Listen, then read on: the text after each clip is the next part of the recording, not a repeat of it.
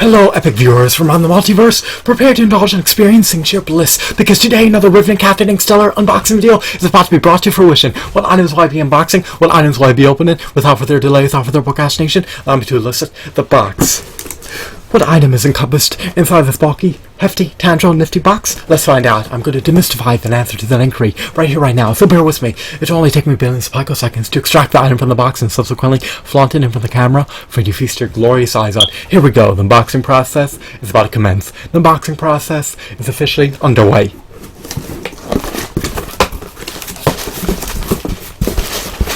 Which figurine have I prompted? Which figurine have I drawn forth? Which figurine have I elicited? Let's find out. We have the notorious, infamous, legendary Quan, who's apparently derived from the Mortal Kombat X action figure line. Is he a paradigm of perfection? Is he the epitome of resounding perfection? Is he the embodiment of perfection? Let's find out. I need to scrutinize him to determine his merits. I love his details, I love his shadings, I love his textures, I love his hues, I love his sculpt, I love his aesthetics. He's visually appealing. Of course, I'm an avid, devout Mortal Kombat fan, so I have a proclivity to love Mortal Kombat merchandise.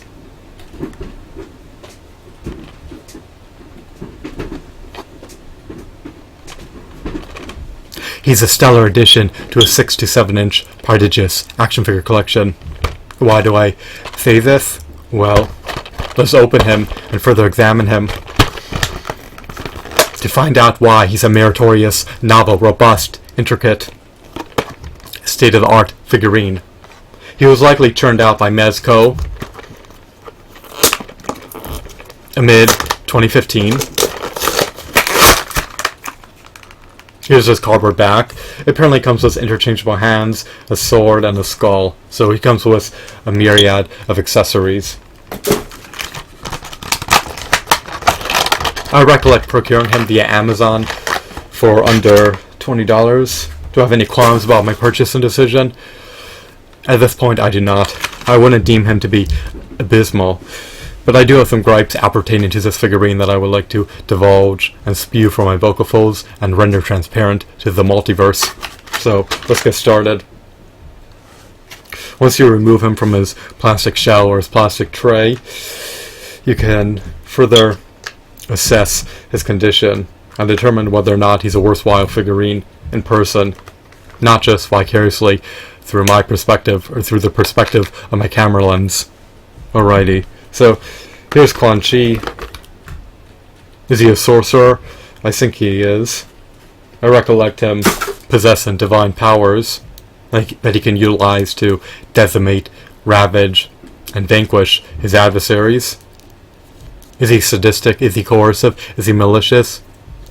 Is he cunning? Is he conniving? Perhaps. I recollect him being a villainous character and not a valiant, noble, stoic, heroic, audacious character. Well, he may be audacious, but it doesn't necessarily correlate with him being heroic. If he's audacious, he has the temerity to charge in the front lines and pummel his adversaries to death. And utilize his mana to trounce his rivals. Is he the nemesis of Liu Kang? Who knows? That's an enigma. Is he an enigmatic character? Perhaps.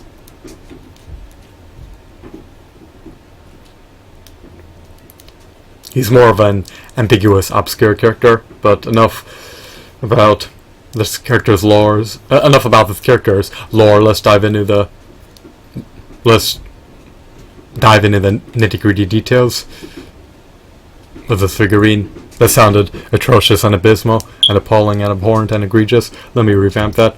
Let's just examine this figurine further. Alrighty, so he lacks a diaphragm joint. He lacks finger joint articulation. He lacks toe articulation. His head is not relegated to a disc joint. It seems to be relegated to a ball joint. His appendages are apparently not relegated to ball joints. His arms can move inwards and outwards. That's always a good sign. His legs can't be adjusted too much. Their movements are impeded or encumbered by his skirt. His accessories, his attire, they can't really be removed for the most part. I love the spikes that are, I love the blades that are protruding out of his shoulder pads. Or out of his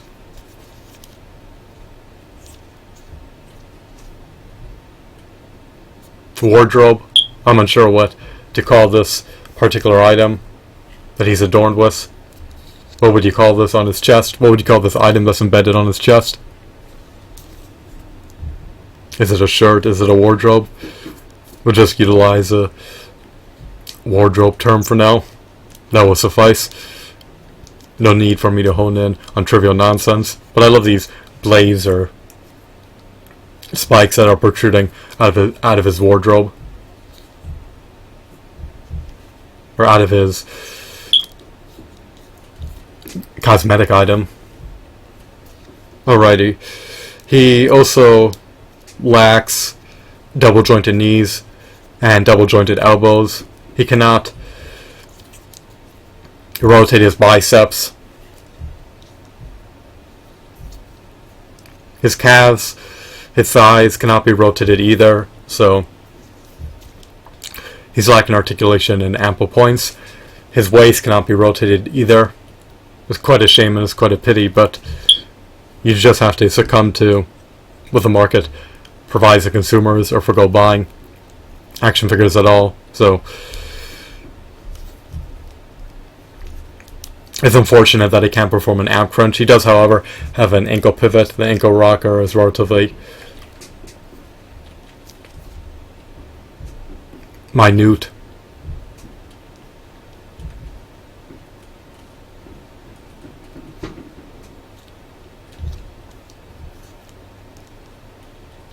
It's not as stellar as it potentially can be. So they cut back their costs amid churning out the figurine. Of course, is always at the consumer's direct expense. Is this figurine shoddy? Is he cheap? Is he pitiful? Is he abysmal? He's not, but I would have preferred if he was at least on par with a Toy Biz Marvel Legends action figure. If you recollect in the past, the Toy Biz Marvel Legends retailed for $8 each. They came bundled with a stellar intricate accessory. They also came packaged with a comic book. Furthermore, they had high quality sculpts. They had high quality shadings, high quality textures, high quality aesthetics. They were just the quintessential figurines that your money could buy. Fast forward nearly a decade later, post Toy Biz becoming defunct, now you pay 250% more just to procure a Mezco figurine, and he doesn't have over 30 points of articulation. He doesn't have finger joint articulation. He doesn't come bundled with stellar intricate accessories. He doesn't come bundled with a comic book, so you get less value for your money, but you have to concede to what the market provides or forgo buying anything at all. So implement decisions based on your own volition. I can't determine whether or not you should buy them. If you're an avid, devout Mortal Kombat fan, then perhaps you have a propensity to buy Mortal Kombat merchandise.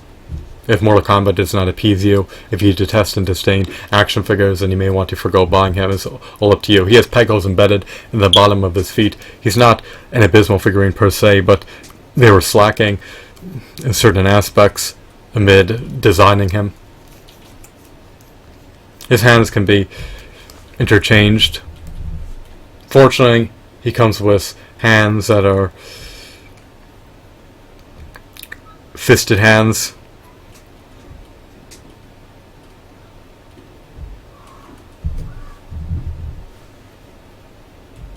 I guess you could say these hands are almost fisted hands, rather than being fully fisted hands. I'm going to swap them out.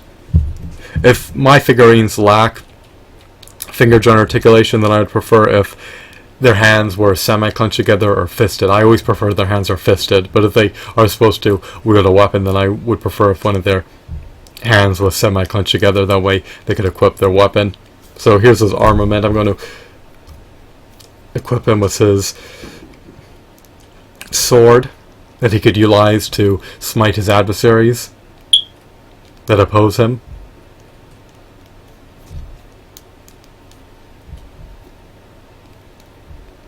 I'm going to showcase his hands real briefly.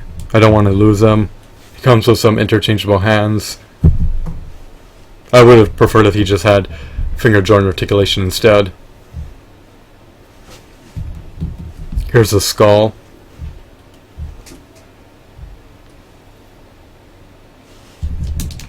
He can be placed into nearly any dynamic pose that you can conceive.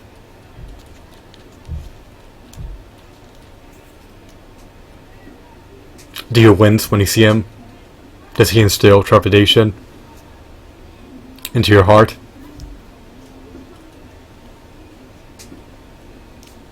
Well, he's just a hunk of plastic. He's an inanimate object.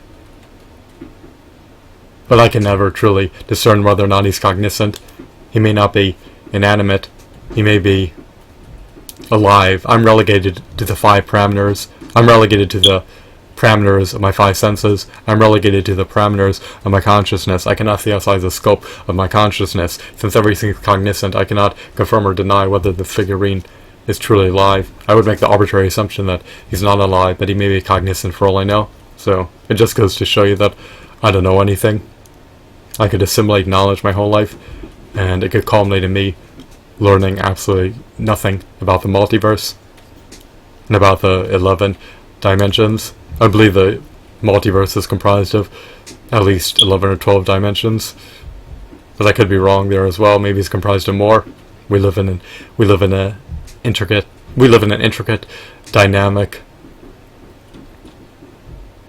rapidly changing multiverse.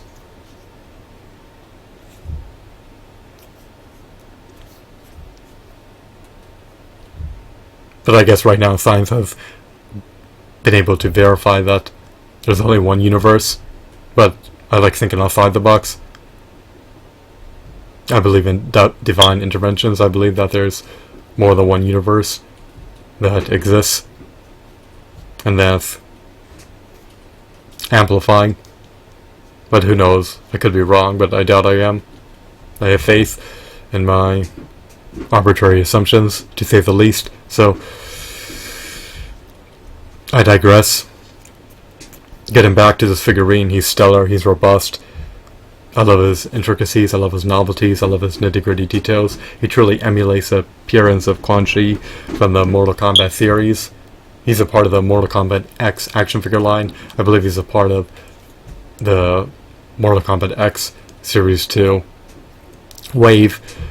The other figurines, a part of the wave, may be Princess Katana and Toto Khan. You can verify that for yourself. I'm just notifying you of what I can recollect. I love the fact that he's not marred with scratches nor scuffs. His appearance is not tainted or impaired by dings or dents. I can't guarantee that he won't become ravaged in the future, but I'll strive to safeguard the figurine. I hope that his integrity does not become compromised in the pending future. His joints are relatively sturdy. I'm not going to tamper or fiddle with the joints too much. He likely has at least 12 points of articulation, possibly even more. Actually, maybe he has closer to 14, or maybe 14 or 18. But I doubt he meets the threshold for having at least 20 points of articulation. He doesn't satisfy that criterion. But maybe in the future the Mortal Kombat X action figures, or the Mortal Kombat 11 action figures that are preordained to be released, maybe they'll be more robust and maybe they'll have more ample points of articulation. I am gratified that his hands are interchangeable. I just would have preferred if his knees were double jointed, and if his elbows were double jointed, and if he had a diaphragm joint, and if he had toe articulation, and if he could rotate his waist. But other than that, I can't complain too much, I need to defer my complaints to another time. Is it to another time or till another time? I guess the phrases are practically synonymous, so it doesn't really matter. But I guess you could say, I need to defer my complaints till another time. That sounds more efficacious than saying I need to defer my complaints to another time. Or whatever, is all subjective. I don't need to dwell on semantics. So here's the figurine once again. He's flaunted in front of the camera. His appearance is glorious. I would have preferred if he was adorned with more attire. His shirt is sleeveless. His tattoos are intriguing. So, not an abysmal figurine, not the quintessential figurine either. But if you need a Quan Chi figurine, then look no further than the Mortal Kombat X Quan Chi figurine. You really can't go wrong if you relish the Mortal Kombat theories. So, this is my humble subjective opinion. Those are my sentiments appertaining to the Quan Chi figurine. He's robust, he's meritorious, he's stellar, he's novel, he's intricate, he's practically impeccable. I just would have preferred if he commanded a less hefty, less staggering, less exorbitant retail price. But it is what it is. You either concede to the prices that retailers offer, or you forgo buying him at all. So I guess you could say I profited from the transaction. Of course, there's a net loss on my behalf, but I'd rather have the nearly $19 Quan Chi figurine than $19 relegated to a savings account that is preordained to depreciate. Of course, it's asinine to relinquish my money on hunks of plastic, but it's my own decision. I'm trying to optimize my jubilance, or my... I guess you could say I'm trying to optimize my life to its fullest by reveling in every possible moment. I want my life to be blissful and joyful and not calamitous, so I need to stop meticulously analyzing everything I say, but that will likely not transpire in the imminent future, maybe in the pending years, but not now. Just part of my character. I'm very anal, I'm very analytical. I assess nearly everything that I spew from my vocal folds, and that I hear if I deem it to be intriguing. I hope that you deem this video to be enthralling and engrossing. Have a wonderful, marvelous day. Goodbye.